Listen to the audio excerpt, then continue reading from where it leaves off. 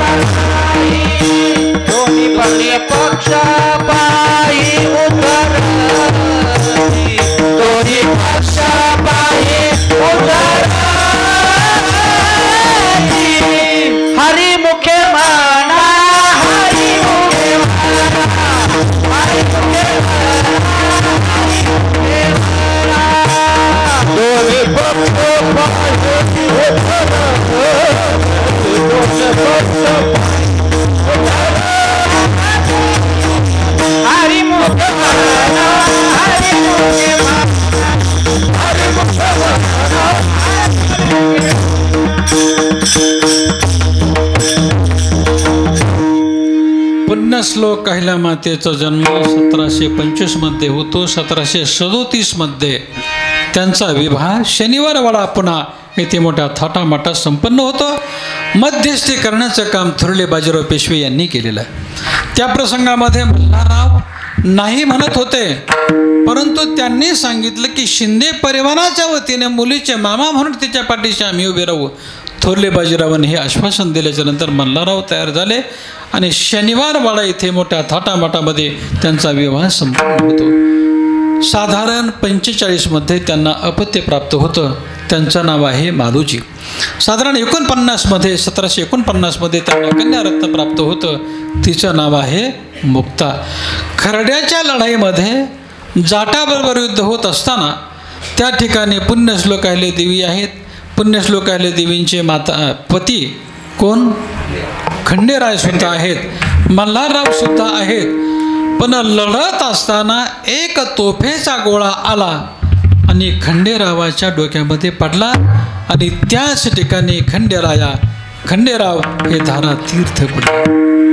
हतवा प्राप्स्यसि स्वर्गम जित्वा वा भोक्ष्यसे महिम तस्मादुत्तिष्ठ कौन्तेय योद्धाय कृतनिश्चयः.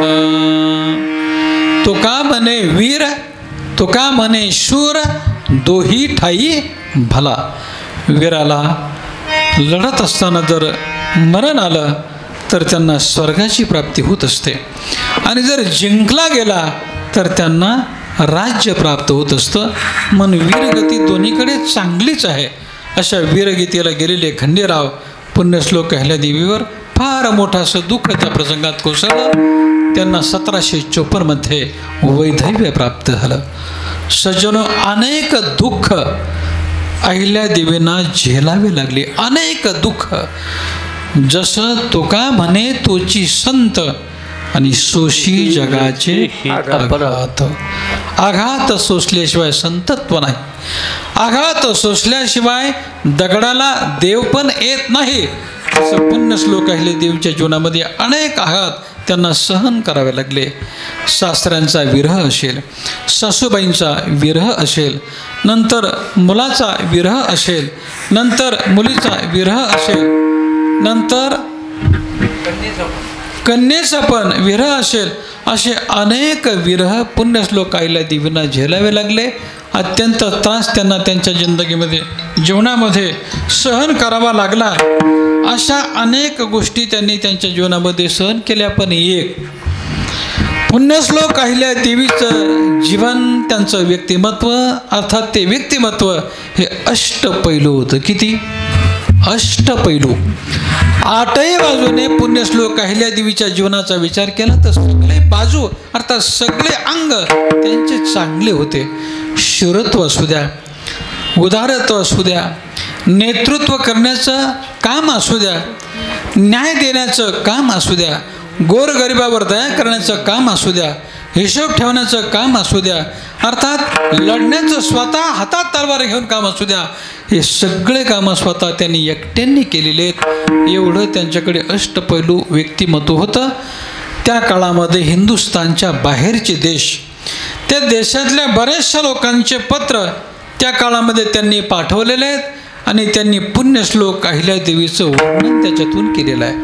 अनेक राजाधिकांनी त्यांना चोळी बांगडी म्हणून बऱ्याचशा जमिनी दान केलेले आहेत. सगळे अंगाने चांगलं. पण या सर्व अंगामध्ये राज्य करत असताना, राणी सरकार होत असताना त्यांनी अध्यात्माची कास मात्र सोडलेली नाही. त्यांच्या जीवनामध्ये जरी त्या महेश्वर, इंदोर, माळवा प्रांतीकडे सगळीकडे देश हिताच्या निमित्तानं, सैन्य सांभाळण्याच्या निमित्तानं, स्वाऱ्या करण्याच्या निमित्तानं, प्रजावर लक्ष ठेवण्याच्या निमित्तानं, प्रजेवरती पुत्रवत प्रेम करण्याच्या निमित्तानं अनेक ठिकाणी गेले असल्या तरी आपल्या महाराष्ट्र प्रांतामध्ये जे काही आपलं माहेर म्हणून पंढरपूर आहे ते पंढरपूर त्यांनी सोडलं नाही. आयुष्यात 3 वेळा पंढरी क्षेत्रामध्ये त्या आल्याचं चरित्र आहे. विठाला विठाला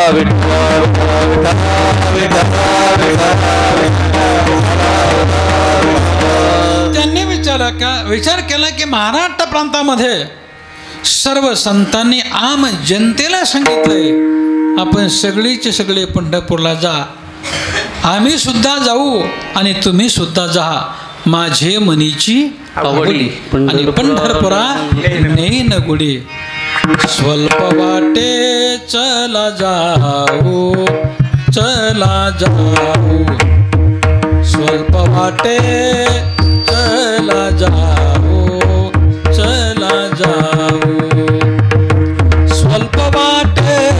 जावो वाचे गावो विठ्ठल स्वल्प वाटे चला जावो वाचे गावो विठ्ठल तुम्ही आम्ही खेळी मेळी खेळी मेळी तुम्ही आम्ही खेळी मेळी खेळी मेळी तुम्ही आम्ही खेळी मेळी गदारोळे आनंदे तुम्ही आम्ही खेळी मेळी गदारोळे आनंदे तुम्ही आम्ही खेळी मेळी खेळी मेळी तुम्ही आम्ही खेळी मेळी खेळी मेळी सगळ्या संतांनी त्या पंढरीची वाट सर्व जीवांना दाखवली. त्याच वाटेने पुण्यश्लोक अहिल्यादेवी सुद्धा पंढरी क्षेत्रामध्ये जाऊन पोहोचल्या.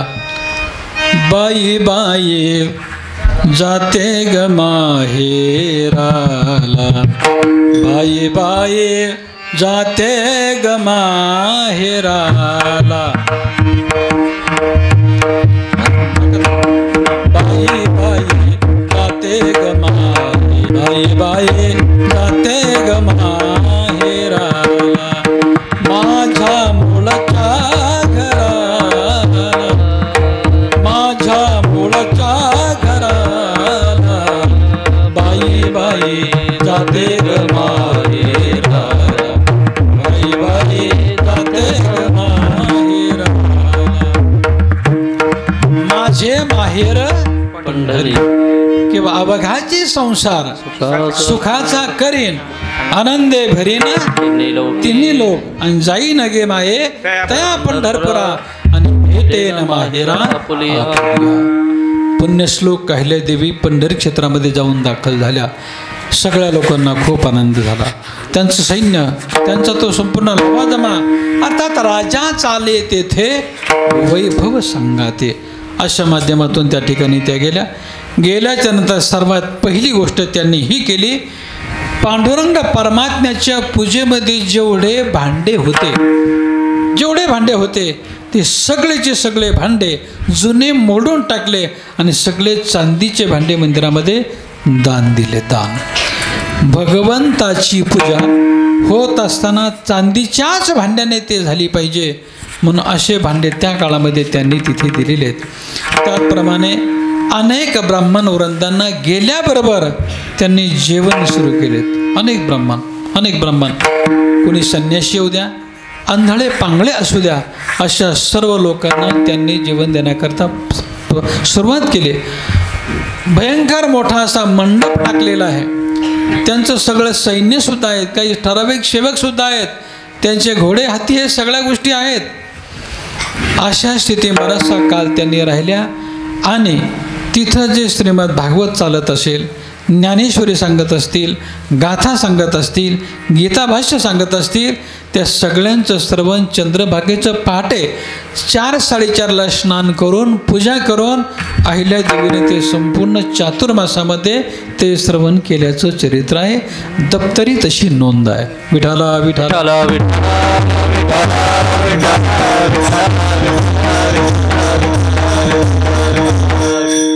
जे करंजले गांजले जे करंजले गांजले त्याशी म्हणे जो आपुले त्याशी म्हणे जो आपुले तोची साधू ओळखावा तोची साधू ओळखावा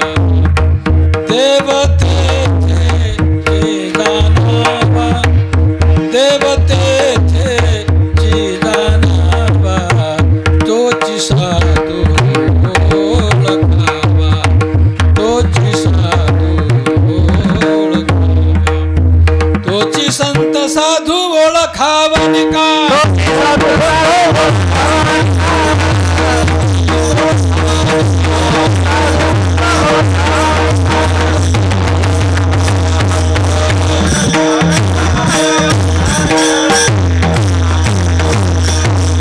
तोच संत साधू ओळखावन का आणि येर त्या एका मायाबद्ध बाकीच्या साळी काळ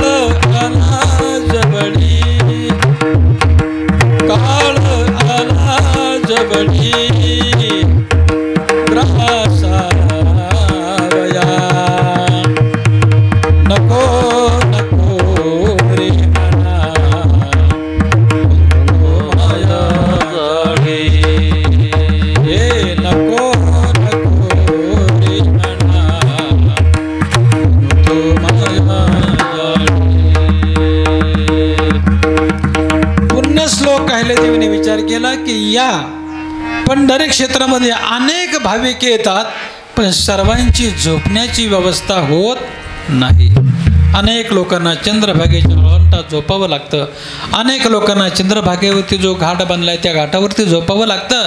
म्हणून पुण्यश्लोक अहिल्यादेवीने असं ठरवलं, या ठिकाणी अत्यंत मोठा वाडा बांधायचा. त्याचं नाव आहे होळकर वाडा. अजूनही पांडुरंग परमात्म्याच्या मंदिरासमोर चंद्रभागेच्या काठावरती अजूनही अत्यंत मोठा स्वतः अहिल्यादेवीने बांधलेला होळकर वाडा त्यांची साक्ष देतोय. विठाला विठाला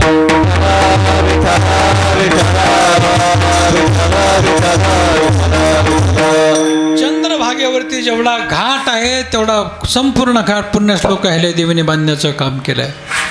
काशी क्षेत्रामध्ये मनकर्णिका नावाचा घाट पुण्यश्लोक अहिल्यादेवीनेच बांधण्याचं काम केलं आहे. शरयू नदीवरती चित्रकूट येथे पुण्यश्लोक अहिल्यादेवीने घाट बांधण्याचं काम केलं आहे.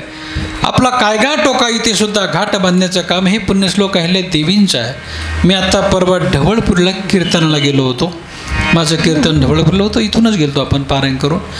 तिथं गेल्याच्या नंतर पुण्यश्लोक अहिल्यादेवीने त्या काळामध्ये गावडे परिवार तिथे असल्यामुळे गावडेवाडीमध्ये त्या काळामध्ये एक छत्री उभारली.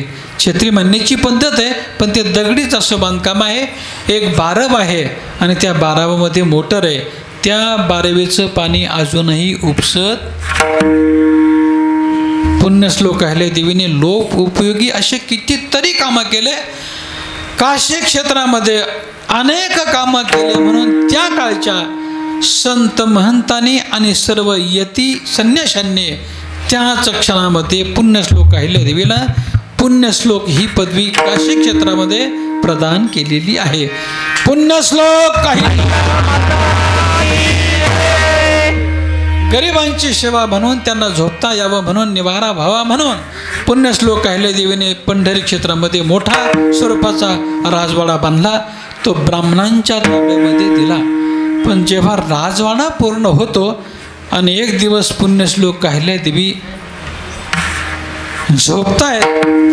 झोपल्याच्या नंतर स्वतः पांडुरंग परमात्मा त्यांच्या स्वप्नात गेले. त्यांनी सांगितलं, माझं मोठं मंदिर या ठिकाणी आहे, पण पंढरी क्षेत्रामध्ये मी विठ्ठल स्वरूपामध्ये असल्यामुळे रामाचं मंदिर मोठ्या स्वरूपामध्ये नाही.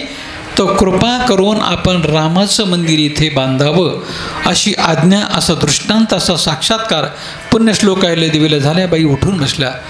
पहाटे 4ला पडलेलं स्वप्न त्यांनी सत्य समजलं. कोणाप्रमाणे?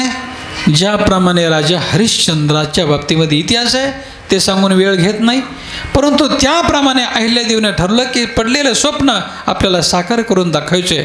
लगेच राम मंदिराचं काम कुठं करावं असा प्रश्न पडला. पण एका ठिकाणी पाया घेण्याचं काम सुरू झालं. सुरू झाल्याच्या नंतर योगायोगानं पाया बराचसा खोल गेल्यामुळे, नदीच्या काठीवरती तो पाया असल्यामुळे आणि बराचसा खोल खांदल्यामुळे आतमध्ये खोल गेल्यानंतर त्यांना एक मूर्ती सापडली. तिचं नाव आहे दास मारुती. जसं भगवान ब्रह्मदेवाचा आणि विष्णूचा वाद सुरू झाला. भगवान शंकराला ओंकाराची केलेली निंदा सहन नाही झाली. प्रणवाची निंदा, गायत्रीची निंदा आणि ओंकाराची निंदा भगवान शंकराला नाही सहन झाली. कारण अवघं जगत हे शिवमय आहे, अर्थात ते ओंकार स्वरूप. या जगातला सृष्टी निर्माण झाल्याच्या नंतर सर्वात पहिला शब्द जर कोणता असेल तर तो ओंकार जन्माला आलेला आहे. आपण ओम नमो तुकारामाय असं नाही म्हणत. आपण ओम नमो सावता महाराजाय असं नाही म्हणत. आपण म्हणतो ओम नमः शिवाय. शिवाच्या अगोदर ओंकार हा शब्द लागतो. अवघं जगत हे शिवमय आहे. विष्णू आणि ब्रह्मदेवानं ओंकाराची निंदा केल्यामुळे भगवान शंकराला अत्यंत क्रोध आला. एक तर त्यांना राग येत नाही आणि आला तर तो आवरत नाही. राग आल्याबरोबर आपली बाहू हिमालयामध्ये त्यांनी अशी खडकावर आपटली. आपटल्याबरोबर अत्यंत विराट असा स्वरूपाचा पुरुष प्रकट होतो. ज्याचे पाय सगळ्या तळाच्या खाली गेले आणि ज्याचा मुकुट संपूर्ण स्वर्गाच्या वरती गेला. असा कोण पुरुष असेल तर काल भैरवनाथ प्रकट झाले. त्या प्रसंगामध्ये भगवान काल भैरव यांनी विचार केला, मला कशासाठी निर्माण केलं असेल. शंकराला विचारलं, कशासाठी निर्माण केलं. अरे म्हणले, तुला ना तंटमुक्तीचा अध्यक्ष करायचं आहे. कळलं, तुला तंटामुक्तीचं. मग कोणाचा तंटा. म्हणले, गावातले सामान्य माणसं असतात, अध्यक्षसुद्धा सामान्य असतो, पण हा वाद मोठ्याचा म्हणजे भगवान ब्रह्मदेवाने विष्णू यांचा वाद आहे. यांचा वाद मिटवण्याकरता पुरुषसुद्धा तसाच पाहिजे, अध्यक्षसुद्धा तसाच पाहिजे, म्हणून तुला निर्माण केलं. आणि मग त्याने सांगितलं, काय म्हणणं आहे तुमचं. ते म्हणले, आमच्यात कोण श्रेष्ठ आहे तेवढं सांगा. काल भैरवनाथ म्हणले, ते एकदम किरकोळे राव. किरकोळे. मग विशेष कोणतं आहे. विशेष हे आहे, माझ्या पायाचा जो शोध घेऊन येईल अगोदर तो अध्यक्ष होईल, आणि जो नंतर येईल मुकुटाचा शोध घेऊन, म्हणा कोणता एक शोध घेऊन जो अगोदर येईल तो अध्यक्ष, आणि नंतर येईल तो उपाध्यक्ष. भगवान विष्णूने सांगितले, मी पायाकडे जातो. पायाकडे गेले तर तिथं त्यांना बरेचसे दूर गेल्याच्या नंतर, सगळ्या तळाच्या खाली गेल्यानंतर पातालकंद भेटले. कोण. पातालकंद म्हणजे वरद विनायक. पातालकंद म्हणजे सिद्धी विनायक. अजून सोपं सांगतो, पातालकंद म्हणजे गणपती बाप्पा मोरया. आता उद्यापासून सुरू. गणपती बाप्पा भेटले, आणि मग गणपती बाप्पाला यांनी विचारलं, म्हणले अजून किती दूर आहे. म्हणले आपला परिचय. म्हणले मी विष्णू आहे. म्हणले कोणत्या ब्रह्मांडातले. कोणत्या ब्रह्मांडातले म्हणजे असे अनेक आहेत का. तुम्ही काल्याचे कीर्तन नाही ऐकलं का. अनंत ब्रह्मांड. म्हणजे ऐकलंय काय. अनंत ब्रह्मांडे उदरी. भगवंताच्या उदरामध्ये अनंत ब्रह्मांड आहेत. मग तुम्ही नेमके कोणत्या ब्रह्मांडातले. तुम्हाला मी आता एवढं बोललोर आणि एवढं ऐकलोर म्हणले, आता मला पुढं जायची काही इच्छा नाही. पण ते मला जायचं असलं तर, पण याच्यापूर्वी एक विष्णू गेलेत, त्यांना 1,00,000 वर्ष झाले. किती. 1,00,000 वर्ष झालेत, ती अजून आलेले नाहीत. मग तुम्ही आपलं ठरवा, तुम्हाला जायचं काय करायचं. जसं तिथे विष्णूला पातालकंद दर्शन झालं, तसं इथे पुण्यश्लोक आहे देवीला दास मारुतीचं दर्शन झालं. दास मारुती तिथेच असतो जेथे प्रभू रामचंद्राचं मंदिर बांधल्या जातं.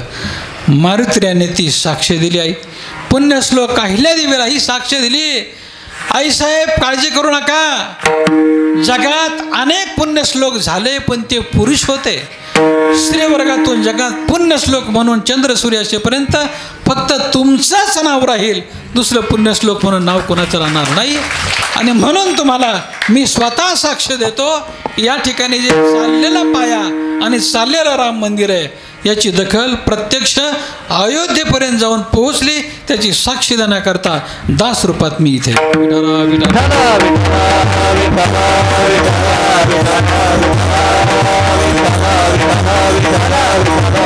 मग पुण्यश्लोक अहिल्यादेवींना एवढा आनंद झाला, या मंदिराला कोणत्याही प्रकारचा निधी कमी पडणार नाही. तोपर्यंत पंढरी क्षेत्रात अनेक बारवं, अनेक घाट, अनेक अन्नक्षेत्र बाईंनी सुरू केले. माशांना सुद्धा कणकीचे गोळे सुरू केले. गोरगरिबांना अन्नदान सगळ्यांना सुरू केलं. गाईच्या गोठ्यात अन्नदान सुरू केलं, चारा देण्याकरता सुरू केलं. अत्यंत मोठं काम पुण्यरी क्षेत्रामध्ये त्यांनी केलं.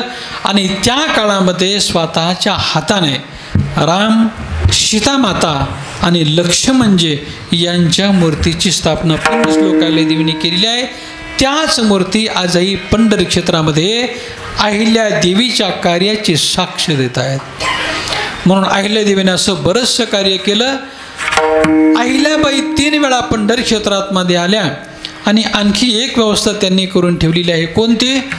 पांडुरंग परमात्म्याच्या मंदिरामध्ये शिवरात्रीच्या दिवशी गंगेला जाणे, काशीला जाणे आणि कावडीने पाणी तिथून आणणे, आणि शिवरात्रीच्या दिवशी रात्री 12 वाजता गंगेच्या पाण्यानं प्रत्यक्ष पांडुरंग परमात्म्याचा अभिषेक करणे.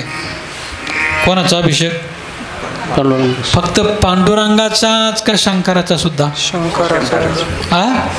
दोघांचा सुद्धा.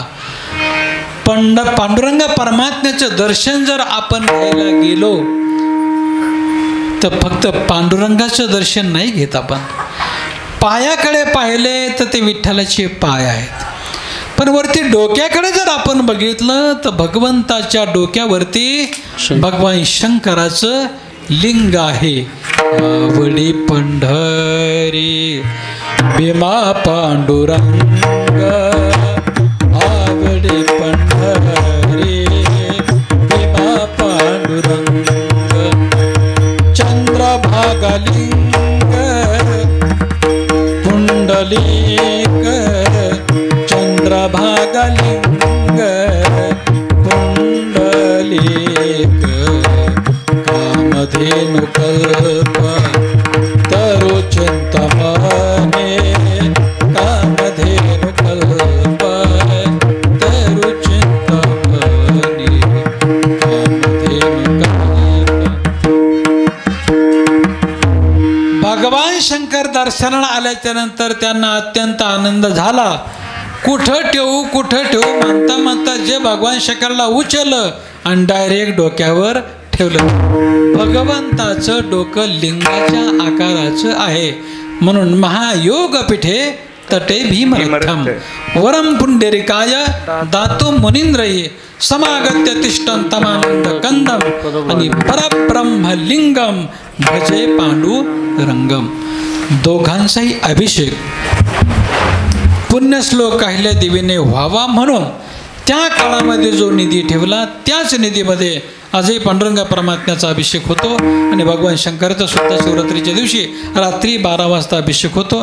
एवढं पुण्यश्लोक अहिल्यादेवीने हे संपूर्ण कार्य केलेलं आहे. म्हणून अहिल्यादेवीचं जीवन अत्यंत मोठं जीवन, अत्यंत अष्टपैलू असं जीवन. जीवनामध्ये अनेक लोकांना त्यांनी सहकार्य केलं. दरोडेखोरांचे दरोडे बंद केले, त्यांना निधी काही उपलब्ध करून दिला. अनंत संधी असे शाहीर होते, त्यांनासुद्धा पुण्यश्लोक अहिल्यादेवीनं फार मोठं सहकार्य केलं. अशा अनेक विविध लोकांना सहकार्य करण्याचं काम पुण्यश्लोक अहिल्या मातेने केलेलं आहे.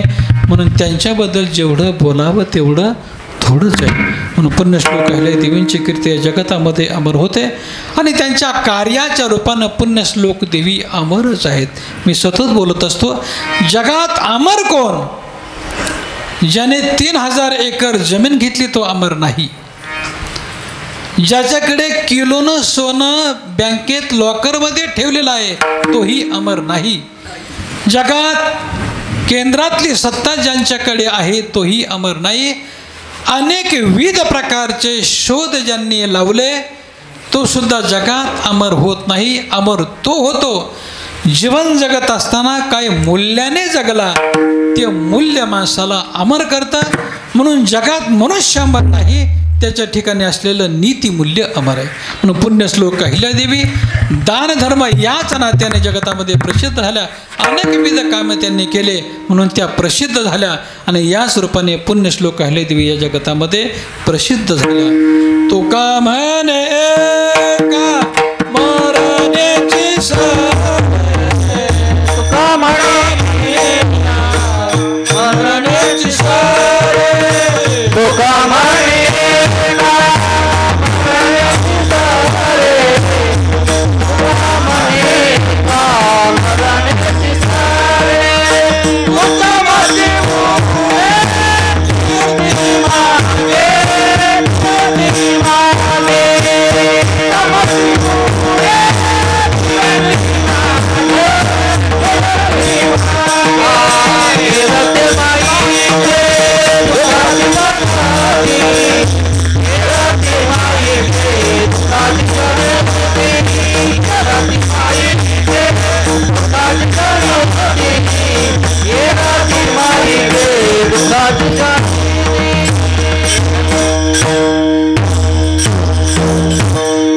असं कार्य पुण्यश्लोक अहिल्यादेवीचं आहे. त्यांची आज पुण्यतिथी आहे. आपण सगळे भाविक मिळून सोनई आणि पंचक्रोशीतील संपूर्ण भाविक म्हणून आपण त्यांचा हा उत्सव साजरा करतो. यावर्षी तर पारायण एवढं गोड झालं, एवढं गोड झालं, फार गोड. फक्त काय झालं, संजय भाऊ तिकडं 10 वेळेला गेल्यामुळं आम्हाला लाईट नाही मिळाली. मला वाटतं मुलगा शाळेत गेला आणि संजय भाऊ तिकडं दशकऱ्याला जावं लागलं, म्हणून आम्हाला थोडंसं, नाही तर फार गोड पूजा झाली फार. आणि पारायणसुद्धा भुसारी साहेब आणि सगळ्या महिला वर्गांनी फार गोड पारायण केलं. महिला वर्गांच्याबद्दल काय बोलू महाराज, महिला वर्गांचं सर्वात मोठं योगदान या जगाच्या दृष्टीनं गार्गी नावाची स्त्री असेल, मोठं योगदान. सती अनुसया असेल, भगवान दत्तात्रय यांना जन्म देणारी अत्यंत मोठं योगदान आहे. ज्ञानेश्वर महाराज निवृत्तीनाथ सोपान काका यांची भगिनी असेल, कोण, मुक्ताबाई, अत्यंत मोठं योग. जी गोष्ट चांगदेव महाराजांना 6 महिन्यानंतर करता येत होती ती गोष्ट 5 मिनिटात आहे पुण्यश्लोक आपल्याने मुक्ताबाईंनी करून दाखवली. सामान्य काम आहे नाही ना. मुक्ताबाई ही आपल्याला जरी वाटत असली ही सोपान काका निवृत्तीनाथ ज्ञानेश्वर महाराज यांची बहीण असली तरी ती बहीण नव्हती, ती त्यांची बोला आई होती. आई आद्यत्रय जननी देवाची. हे तिन्ही देव, दत्त अवतारातले हे 3, ज्ञानेश्वर महाराज अवतारातले हे सुद्धा 3. अनेक ठिकाणी ते 3 रूपाने प्रगट झालेत, पण त्यांची आई म्हणजे हे मुक्ताई. म्हणून आद्यत्रय जननी देवाची हा मुक्ताबाईंचा मोठा अधिकार होता. अशा अनेक स्त्रियांचा अधिकार आपल्याला सांगता येईल. संत जनाबाई असतील, संत सखोबाई असतील, संत मीराबाई असतील, अहिल्यादेवीप्रमाणेच अनेक स्त्रियांनी आपल्या कर्तृत्वाचा ठसा आपल्या कार्याच्या रूपाने जगतामध्ये प्रगट केलेला आहे. असो झालेली सेवा आता संपण्याच्या मार्गावरच आहे. भगवान कृष्ण परमात्म्याने अनेक लीला केल्या, अनेक खोड्या केल्या. विठाला विठाला विठाला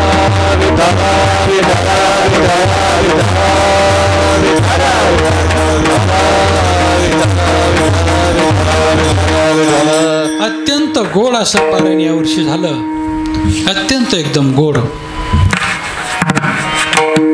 भावधरुणे ज्ञानेश्वरी भावधरुणे ज्ञानेश्वरी कृपा करी हरी दयावरी कृपा करी हरी दयावरी सुमुखे आपण संगीतो श्री स्वमुखे आपण संगीतो श्री एक जनार्दने संशय सांगो एक जनार्दने संशय सांगो दृढ धरी माने ज्ञानेश्वरी दृढ धरी माने ज्ञानेश्वरी मुखे आपण सांगितो मुखे आपण सांगितो. वाचील जो कोणी जनी त्याशी सुंदर पारायण झालं. अनेक लोकांनी अन्नदान केलं आणि आमच्या सगळ्या भजनी मंडळाने गेले 7 दिवस या ठिकाणी हजेरी लावली. सगळ्या भजनी मंडळाने. आत्ताच आमचे शंकर महाराज भागवत या ठिकाणी उपस्थित आहेत. त्याचप्रमाणे काय नाव म्हणून युवराज महाराज हाके युवराज महाराज हाके यांनी सुद्धा उत्कृष्ट अशी साथ केली. आणि संपूर्ण आपले हे नेहमीचे असणारे सवंगडी भजनी मंडळ आणि मान्यवरामध्ये सुद्धा विविध क्षेत्रातील मान्यवर या ठिकाणी उपस्थित आहेत. आजच्या संत पूजेचे जे यजमान आहेत असे आमचे ते सुद्धा या ठिकाणी उपस्थित आहेत. डफाळ काका उपस्थित आहेत, प्रकाश भाऊ गडाख ते सुद्धा उपस्थित आहेत. अनेक माणसं या ठिकाणी उपस्थित आहेत. सर्व मान्यवरामध्ये सगळ्यांचंच फार मोठं योगदान आहे. राजशंकर साहेब या ठिकाणी सारखे उभे राहतात. भाऊ असतील, मच्छिंद्र साहेब आपले भुसारी असतील, सगळ्या महिला वर्गांचं मोठं योगदान. सुंदर असं पारायण, सुंदर असा हरिपाठ आणि दररोज कीर्तनाला हजेरी. महिला भजनी मंडळांनी दररोज या ठिकाणी हरिपाठ केलेला आहे. खरं तर तुम्ही कानात येऊन सांगायला पाहिजे बरं का राशीनकर साहेब, एवढे दुरून सांगण्यापेक्षा कानात येऊन सांगायला पाहिजे होतं. विठाला विठाला.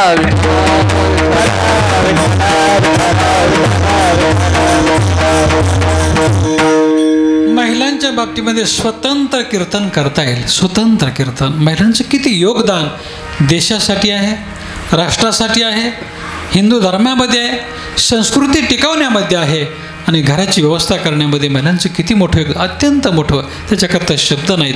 म्हणून इथे सुद्धा महिलांचं फार मोठं योगदान आहे. असो, भगवान कृष्ण परमात्म्यानं अनेक लीला केल्या. कदाचित गणपती बाप्पाला मान देण्याचं काम असेल. यशोदा म्हटली, कृष्णा सगळं आणलं पण माचीस विसरली. मोदक आणले, गणपती बाप्पा हे सगळं आहे, आई जा म्हणले घेऊन ये. तोपर्यंत भगवान परमात्म्याने काय केलं, गणप्या सांग हे मोदक कोणाचे. गणपती बाप्पाने सांगितलं, बाबा बाबा बाबा बाबा माझं काहीच नाही, हे सगळं तुझंच आहे. म्हणलं एवढंच नाही, आई सुद्धा, मोदक तर तुझे आहेतच पण आई सुद्धा तुझ्या याच्यात माझं काही नाही. भगवान परमात्मा म्हणले घेऊ खाऊन. अख्खा मोदकाचा हारा उचलला, ताट उचललं, स्वा करून टाकलं. म्हणजे कदाचित हे गणपती बाप्पा माझी आई आल्यानंतर आईला सांगतील. जेव्हा गणपती बाप्पाला उचललंय ना, लाडूसारखं टाकलं स्वा करून मुखात. आई आली, सगळ्यात पहिलं लक्ष गणपती बाप्पाकडं का मोदकाकडं, आईचं मोदकाकडं. गणपती बाप्पाचा पाहू विचार नंतर, पण मोदक कुठे आहेत कृष्णा, अरे मोदक कुठे आहेत, मोदक नाहीत. एखादी मांजर वगैरे आली का. आई एवढा मोठा बॉक्का असताना इथं मांजरीचं काय काम आहे, मी आहे ना. बरं ठीक आहे, मोदकाचं तू खाल्ले, लक्षात आलं. गणपती बाप्पा कुठे आहे, कोणाला विचारलं, कृष्णाला. भगवंत थोडे मनात हसायला लागले. देवाशीच पुशे देव कार्य झाला आणि हाशे आले बोला याचे हरी. देवालाच विचारायला लागले देव कुठे. भगवान मनात मध्ये हसले. आई म्हणले मीच घाबरून गेलो, कुठं गेला गणपती बाप्पा मला माहीत नाही.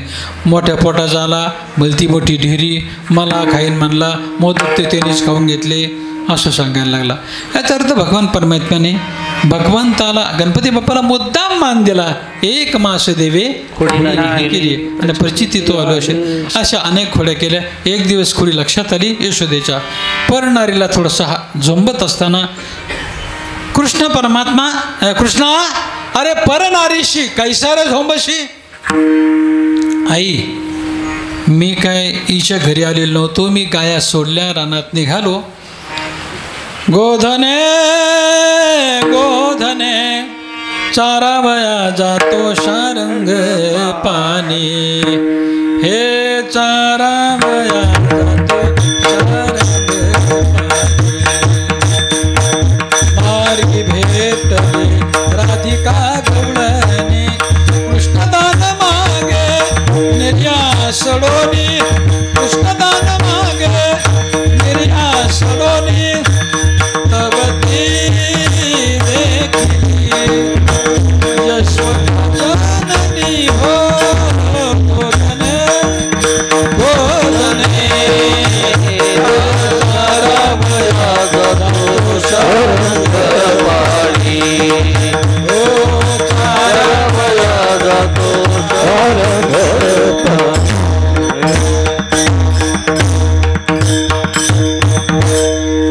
गाया घेऊन चाललेलो होतो, हिने चेंडू घेतला आणि निरीत लपवला.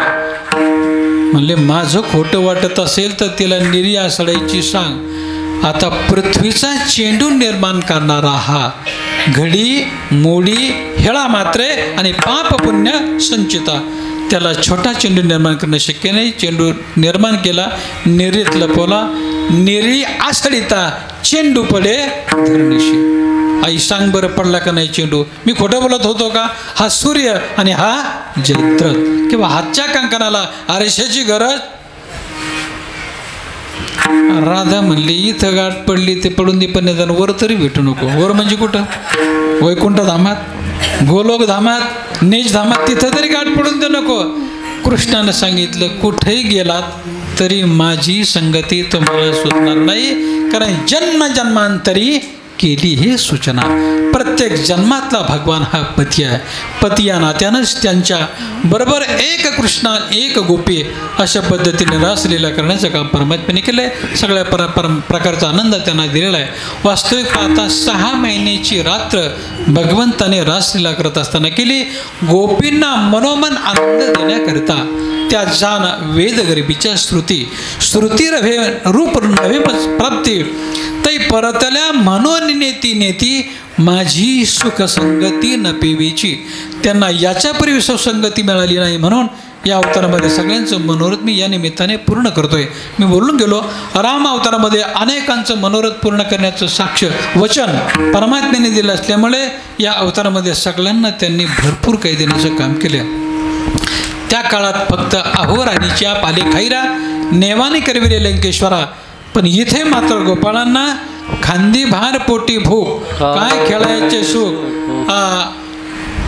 घ्यारे दोहीच्या कोपरा शिंकेला वेले दुरी होतो तिघाची मी बरी तुम्ही वारे दोहीकडे आणि मुख पसरणीकडे किंवा आजी देतो पोट भरे आणि पुरे म्हणत गोपाळांना भरपूर जेवढं लागतंय तेवढं देण्याचं काम परमात्म्याने केलं. भगवंताने सांगितलं आईने मला होत्या माझ्या गायी घेऊन रानात जायचं सांगितले. तुम्ही सुद्धा तुमच्या गाया घ्या आणि रानात या. अरे तुम्ही गाया घेऊन सारे गोपाळ रानात या. अरे तुम्ही गाया घेऊन सारे गोपाळ रानात या. अरे तुम्ही गाया घेऊन सारे गोपाळ रानात या. अरे तुम्ही गाया घेऊन सारे गोपाळ रानात या.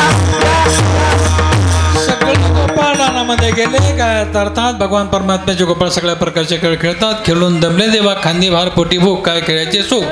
भगवंताने कमलाकृती आकाराचे संपूर्ण गोपाळ बसवले. गायरवंत करतात. भगवंताने आपली शिदोरी त्यांच्यामध्ये सोडली. सर्वांच्या शिदोरी एकत्र केल्या. त्याचा नाव प्रसाद पडला आणि यमुना मातेच्या तीरावरती भगवान परमात्म्याने गोप बालक गाई सगळ्यांना जो प्रसाद दिला तोच प्रसाद पुण्यश्लोक अहिल्यादेवीच्या प्रांगणामध्ये सोनय गावाने पंचक्रोशीतील भाविकांना कृष्ण परमात्मा आज देतील. ज्ञानेश्वर माऊली